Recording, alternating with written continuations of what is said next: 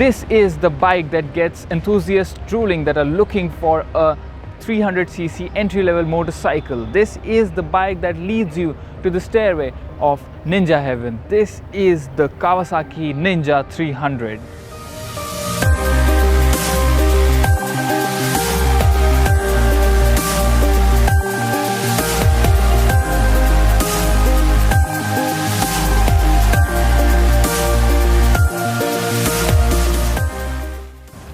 The new Ninja 300 sports a classic Ninja look, and the design has been inspired by the bigger ZX bikes. It looks absolutely fantastic, and with this new avatar you also get a very nice looking blue color.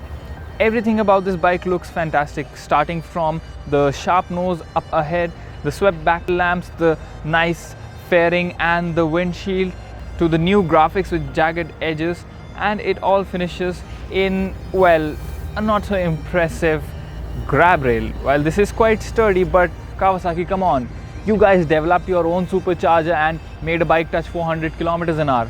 I'm pretty sure you could have done a better job with this whole situation. I would have liked this bike a little more if Kawasaki could have gone with LED lamps or those sexy looking DRLs, but despite that, this unit is quite functional. When you switch on the high beam, even at night you get a good visibility. The throw of the light is quite wide, so you get nice visibility, and it's going to be great for night riding as well.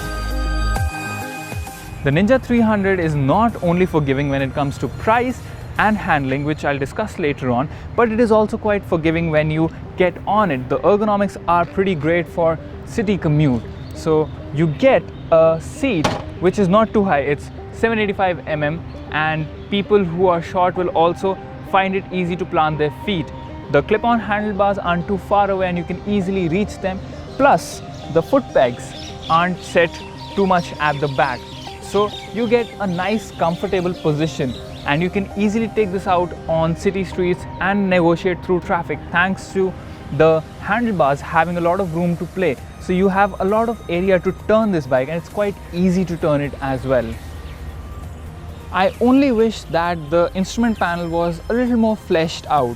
You get a big tachometer and you have a rather small display, which is a digital display, which shows you things like your speed. It has your trip meter, so you get 2 trip meters which you can switch, and it shows you the odometer. It has a clock and shows you your fuel level as well, and that's all. I did wish that it also showed things like your gear position or distance to empty. That would have really made this instrument panel a little more functional than what the competition has.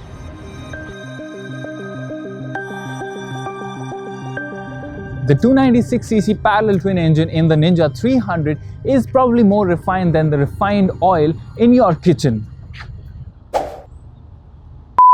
But shoving that thought aside, this is actually a very refined engine, and you do realize that within just 5 minutes of riding this bike, the way it pulls and accelerates in a linear manner but with a lot of power without shuddering is something that I probably have not experienced in quite a while. Numbers wise, this twin motor can do 38.4 horsepower and 27 Newton meters of peak torque at 11 and 10,000 RPM respectively, which means that you just don't feel like shifting because the power and torque come in so high, and you always want to keep this bike on its toes, and you only feel like shifting when you reach the red line.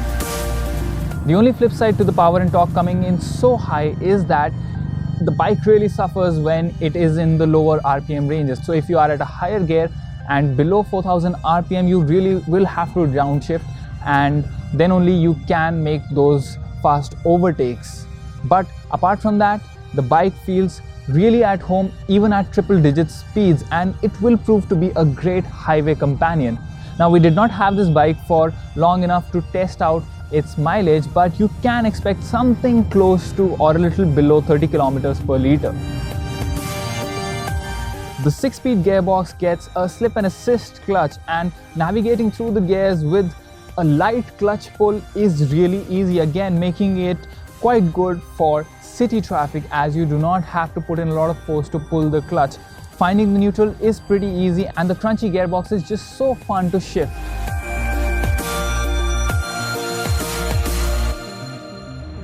The liquid cooling on this engine is quite effective and it keeps the engine cool at almost all times. Only when I was stuck in traffic did I feel a warm breeze pass my right leg. There was nothing on the left side, only on the right side did I feel the warm air coming out. I was a little disappointed by the sound from the muffler. The initial response is nice and bassy, but as you rev it up, well, have a listen yourself.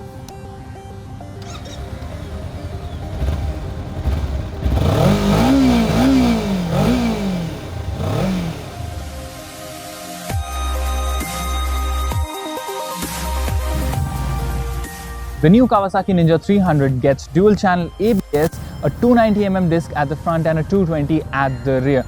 Both disc brakes come with dual-piston calipers. The bite from the front brake is extremely satisfying. It has a lot of power to bring you to a halt and there's a lot of progression as well.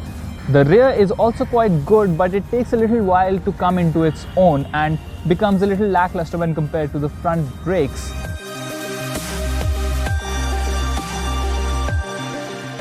The suspension in its stock state has been tuned to be a bit stiff, which provides a very solid ride quality even when you go over potholes and bumps. But yes, the shocks do filter in.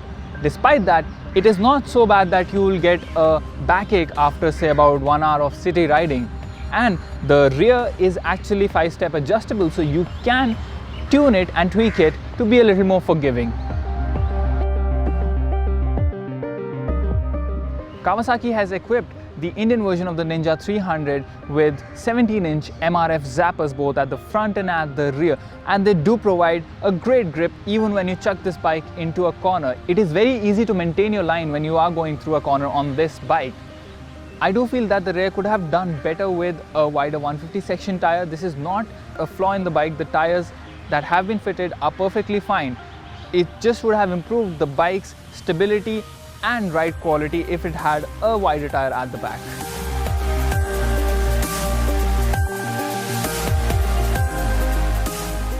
If you are someone who had been looking for an entry-level 300cc twin-cylinder bike, then there is absolutely no reason for you to go beyond the Ninja 300. It's a perfectly good bike, and the killer looks combined with the agile performance and easy riding position make it a great bike for everyday commute. This will cost you 2.98 lakh rupees ex-showroom Delhi, and while to some it might be a little costly, you must consider the fact that this is now actually more than 60,000 rupees cheaper than the previous version and is still the cheapest twin-cylinder 300cc bike that you can get in the Indian market as of now. The cost has been reduced thanks to the localization of a lot of the parts, and that has really worked in favor of Kawasaki. This is a quite good package.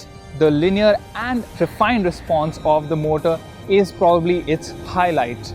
Your only other options would be 300cc bikes, which do cost less but are single cylinder motors, and if you want to enjoy a twin, then the Ninja is the way to go.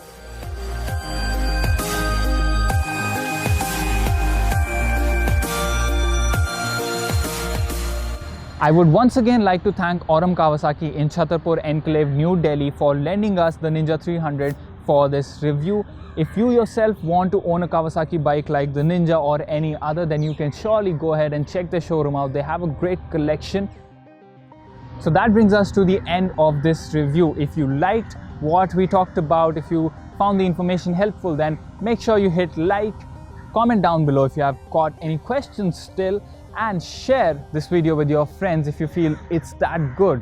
Subscribe to our channel if you have not, and if you have subscribed, make sure that you have pressed the bell icon so that you get notified when we put out more videos. Till the next time, drive safe and ride safe. This is Aakash signing off. Bye-bye.